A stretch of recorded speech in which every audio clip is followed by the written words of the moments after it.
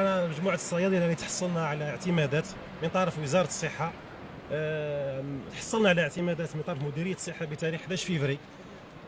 اللي كان خدام طلبوا منه يستقيل، رانا استقلنا من الوظائف. انا عندي خدمه 13 سنه، راني بابا وليدات. رحنا اميناجينا لي لوكو، كرينا 50 مليون، على الاقل 50 مليون ما قامتها 25 شهر. درنا لاميناجمون دي لوكو، لي بلون، صرفنا لاميناجمون تاع اللوكال على قيد 100 مليون كي والو. على الاخر نتفاجئوا البارح قال لك الغاء القائمه. اين وزاره الصحه؟ اين القانون؟ فهمت انا كوزاره الصحه تعطيني نروح انا ننفذ التعليمات تاعها.